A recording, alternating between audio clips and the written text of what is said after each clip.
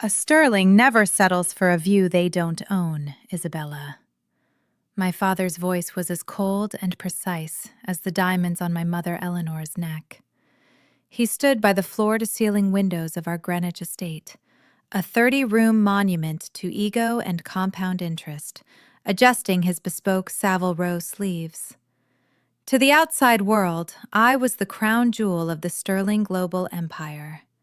To me, I was just another asset being managed, a line item on a balance sheet written before I was even born. At 27, my life was a masterpiece of someone else's design.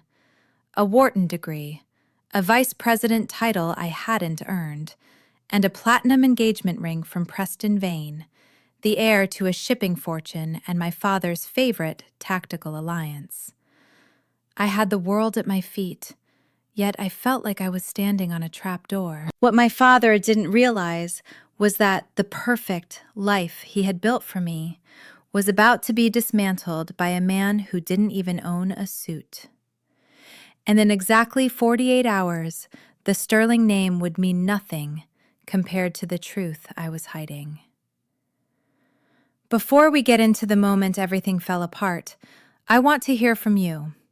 Drop a comment below and let me know which city you're watching from and what time it is for you right now. I love seeing how far our community reaches across the world. In the eyes of the Greenwich elite, I had already won the game of life. My trajectory was a straight line, drafted in expensive ink. After finishing at the top of my class at Wharton, I was installed as the Vice President of Strategic Acquisitions at Sterling Global. Every morning, I sat in boardrooms filled with men twice my age, reciting market projections that felt like a foreign language to my soul. Preston Vane, my fiancé, was the final piece of the puzzle. He was a man who viewed romance as a merger and emotion as a technical glitch. Our love story was really just a series of high-profile appearances at gallery openings and charity polo matches. My mother would often adjust my posture in public, whispering that I needed to look more like a future CEO's wife and less like a daydreamer. I was being curated, polished, and framed like an expensive exhibit, beautiful to look at, but entirely static. But beneath the designer silk and the polished exterior, I was leading a secret life that would have made my father's heart stop. For the last 6 months, I had been breathing air that didn't smell like expensive perfume and old money. I had found something that wasn't on the Sterling Global roadmap, a reason to actually wake up in the morning. I was desperately, dangerously in love with a man who didn't know the difference between a hedge fund and a garden hedge. And for the first time in 27 years, I finally felt like I was real. It started on a foggy Monday morning when my Aston Martin Vantage decided to die on a back road, miles from the nearest country club. I was sitting on the hood, staring at the smoke with useless frustration, when a rusted-out flatbed pulled up. Out stepped a man in oil-stained denim with a grin that made the morning dampness vanish. "Electrical gremlin?" he asked, his voice a low, steady hum.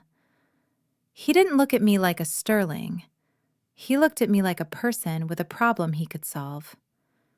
That was my first encounter with Leo Miller. "I can have you back on the road by noon, but we'll have to tow it to my shop," Leo said, wiping a smudge of grease from his forehead.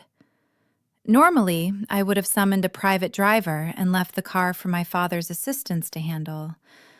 But there was a magnetic honesty in Leo's amber eyes that made me climb into the passenger seat of his truck instead. His workshop was a cluttered sanctuary of gears and metal, smelling of motor oil and sawdust.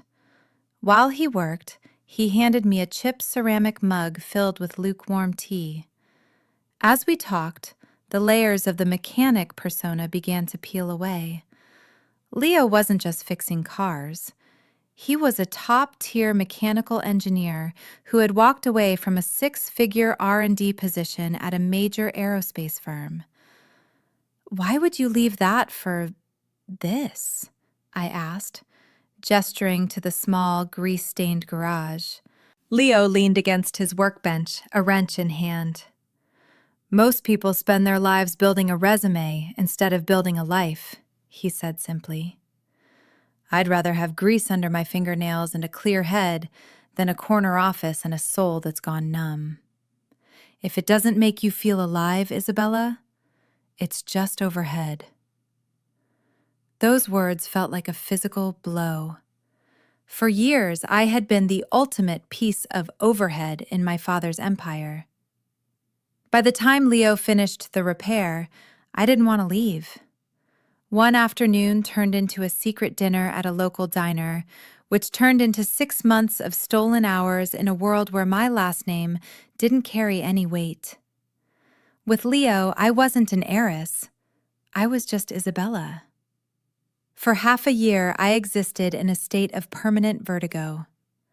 By day, I was the stoic vice president of Sterling Global, a high-functioning shadow in my father's theater of power. I wore the masks he provided, the designer power suits, the practiced smiles, the rehearsed opinions. I was an expert at playing the part of the daughter who had everything, while secretly mourning the woman I was becoming. But as soon as the sun dipped below the Atlantic, the mask came off. With Leo, my life didn't need to be curated. We didn't do gala dinners or 5-course meals. We ate carnitas from a dented taco truck parked by the harbor. We didn't talk about market caps or quarterly earnings. We talked about the mechanics of the stars and the quiet beauty of a perfectly tuned engine. I realized that my father's wealth wasn't a foundation. It was a cage made of gold-plated bars. Every simple moment with Leo, walking barefoot on the sand or laughing until my ribs ached over a shared joke, felt more substantial than my entire inheritance. I was suffering from a classic case of the sunk cost fallacy. I had invested 27 years into being a sterling, and the thought of walking away felt like jumping off a cliff without a net. Yet, every time Leo looked at me, he didn't see an heiress or a trophy. He saw Isabella. And that gaze was becoming a mirror I finally liked looking into. The performance was ending. I just didn't know how to take the final bow. The snapping point arrived during our annual black tie art auction. The air in the ballroom was thick with the scent of lilies and arrogance. Preston stood near the bar, his voice a monotonous drone as he discussed the synergy of our upcoming union with a group of investors. He wasn't talking about a marriage. He was talking about an acquisition. "Isabella will be heading our European expansion the moment they return from the honeymoon," my mother announced to a circle of socialites, her hand tight on my arm like a brand. "The Vane and Sterling merger is the only masterpiece that matters tonight." The room began to spin. I wasn't a person. I was a strategic move on a chessboard I hadn't agreed to play on. I felt the phantom weight of the crown they were forcing on my head, and it was crushing me. Excusing myself with a shaky breath, I stumbled out onto the stone balcony. The cold night air hit my face, but it wasn't enough to stop the trembling. I pulled my phone from my clutch and dialed Leo. "I can't breathe," I whispered into the receiver, the first tear tracking through my expensive makeup. "They've already decided my whole life, Leo. I can't be this version of myself for one more second." There was a long pause. Then Leo's voice came through, steady as an anchor. "Then stop pretending, Isabella. Walk away from the script. The woman I love isn't a sterling asset. She's just the girl who likes lukewarm tea and harbor walks. Be her. That's enough for me." The next morning, the sun felt like a spotlight on my betrayal. I walked into my father's private library, the scent of old leather and expensive scotch usually a comfort, but now it felt like an interrogation room. He was sitting behind his desk, silhouetted by the morning light. "Father," I began, my pulse thrumming in my throat. I'm calling off the wedding. I won't be marrying Preston, and I'm leaving Sterling Global. I'm in love with a man you've never met, a man who actually knows me. The silence that followed was more violent than a scream. My father didn't move for 10 seconds. Then, slowly, his face darkened to a bruised plum. He didn't slam the desk. He simply gripped his crystal tumbler until it shattered in his hand, the amber liquid soaking into the blotter like blood. "A man I've never met?" he hissed, his voice a low vibration of pure rage.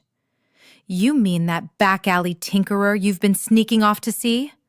My daughter, a sterling, throwing away a billion-dollar legacy for a man who smells like exhaust and failure?"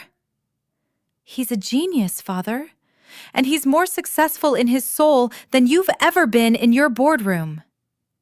He stood up, towering over the desk. "Listen to me carefully, Isabella. You walk out that door, and you walk into nothing. No trust fund, no executive title, no sterling name. I will erase you from the books as if you were a bad investment. Is that clear?" A strange, cold peace washed over me. The sterling name had always been a debt I couldn't pay. Now, the account was finally settled. "Crystal clear," I replied, my voice finally steady. "I'd rather be a bad investment than a ghost in your gallery." Leaving was like waking up from a 27-year coma. I ignored my mother's frantic sobbing in the foyer and the shocked stares of the house staff. I took only one suitcase and the keys to a life I had finally claimed as my own. Leo was waiting at the end of the long manicured driveway, his truck idling. I didn't look back at the mansion. I only looked at him. The transition wasn't a movie montage. It was a grueling education in the cost of existence. I swapped my 30-room mansion for a 4th-floor walk-up that smelled faintly of jasmine and city exhaust. Every time the floorboards creaked, it reminded me that I was finally standing on my own 2 feet. My father's retaliation was swift and surgical. Within 48 hours, my black Amex was a piece of useless plastic, and my trust fund had been locked behind a wall of sterling lawyers. He even reached out to his contacts in the high finance world, effectively blacklisting me from every major firm in the city. He thought he was starving me out. He thought the lack of a personal chef and a driver would send me crawling back to the safety of his control. He was wrong. I secured a position as a junior analyst for a small sustainable energy nonprofit. The salary was less than what I used to spend on a single pair of shoes, but the first time I held a paycheck with my name on it, earned through my own labor and not my lineage, I felt a surge of power that no sterling bonus could ever provide. Life with Leo was the heartbeat that kept me going. We learned the intimate dance of living in a small space. I learned how to budget for groceries, how to find the beauty in a $10 bottle of wine, and how to fix a leaky faucet under Leo's patient guidance. There were nights when the heat didn't work and the climb to the 4th floor felt like a mountain. But then I'd look at Leo across our small kitchen table, and the struggle felt like a privilege. My parents sent envoys, old family friends who tried to bribe me with promises of restored status. But I sent them back with the same message. I wasn't for sale anymore. I was busy building a life that actually belonged to me. Our wedding was held on the sun-drenched patio of a small neighborhood bistro, decorated with wild daisies and string lights. There was no orchestra, no society photographers, and no seating chart based on net worth. Just our closest friends and the man who made me feel like I finally mattered. I didn't think they'd show up, but as I walked down the narrow aisle in a simple cream dress I'd found in a vintage shop, I saw 2 figures at the very back. My father stood like a statue of ice, his arms crossed over his chest, occasionally checking his gold Patek Philippe as if he were waiting for a board meeting to end. My mother looked as though she were attending a funeral, dabbing her eyes with a silk scarf. During the reception, a casual lunch of sliders and laughter, they made their move. They cornered me near the ivy-covered wall, away from Leo and our friends. "Isabella, look at this display," my mother whispered, her voice trembling with genuine horror. "It's a quaint rebellion, darling, but it's over now. Preston is willing to overlook this gap year of yours if you come home today. We can fix the reputation. We can still have the sterling wedding." My father stepped forward, his eyes like flint. "Enough with the sentiment, Eleanor. Isabella, this is the end of the line. You commit to this man today, and I sign the papers to permanently disinherit you before sunset. You will live the rest of your life in that fourth-floor walk-up, counting pennies for bread. Is that the legacy you want?"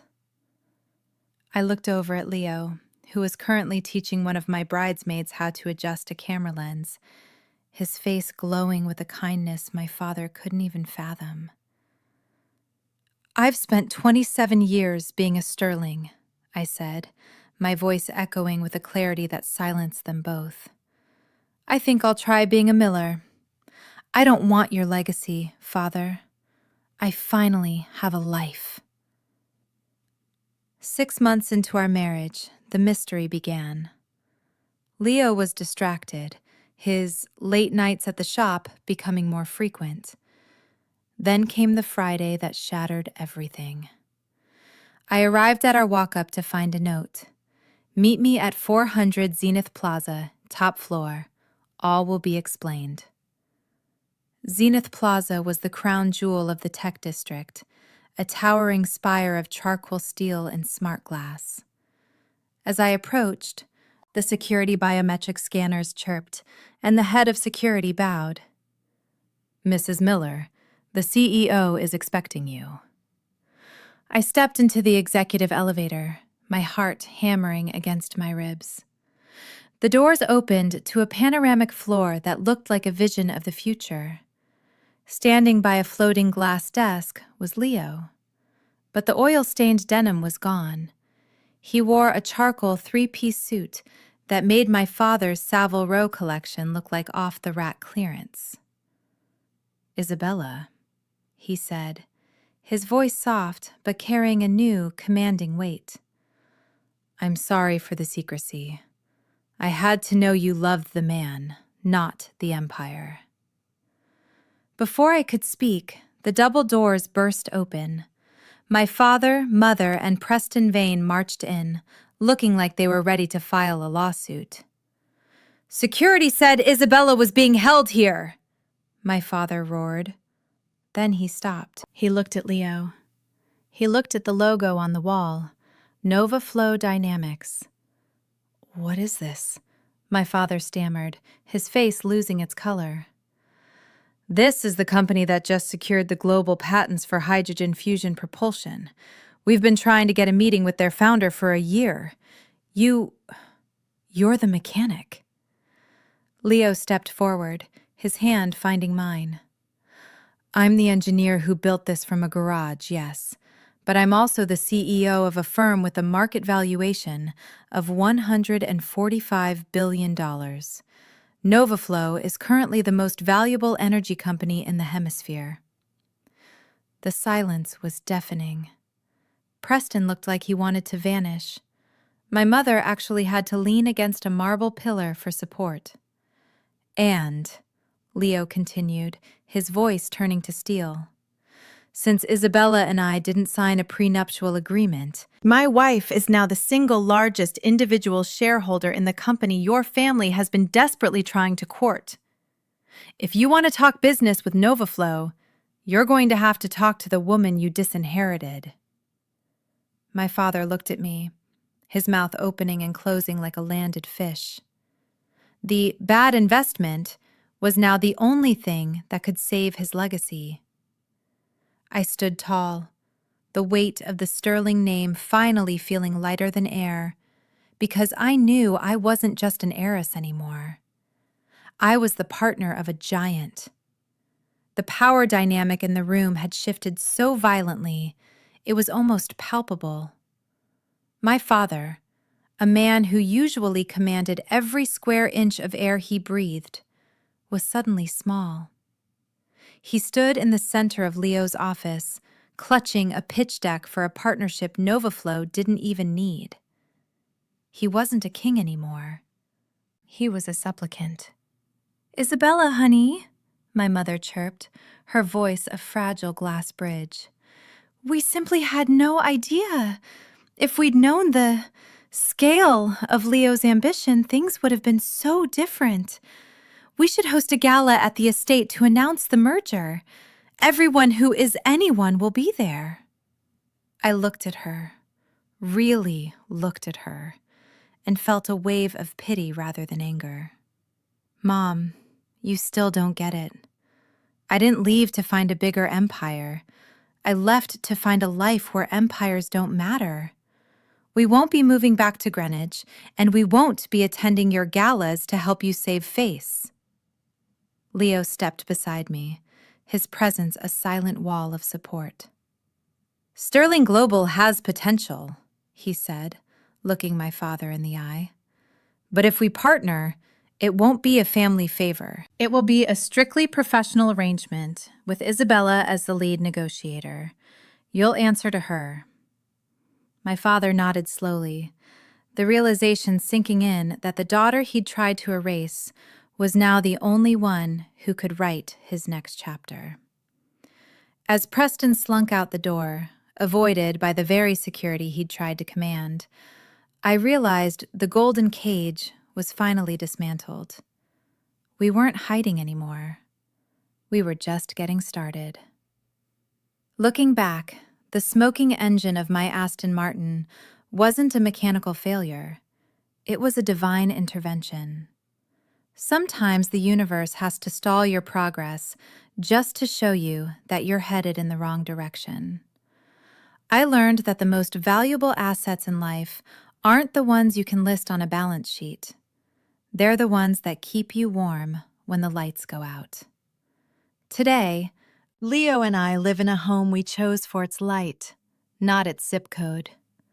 I run the Novaflow Foundation, helping women find the independence I had to fight for, while Leo still spends his Saturdays at that old garage, teaching kids how to build something with their own hands.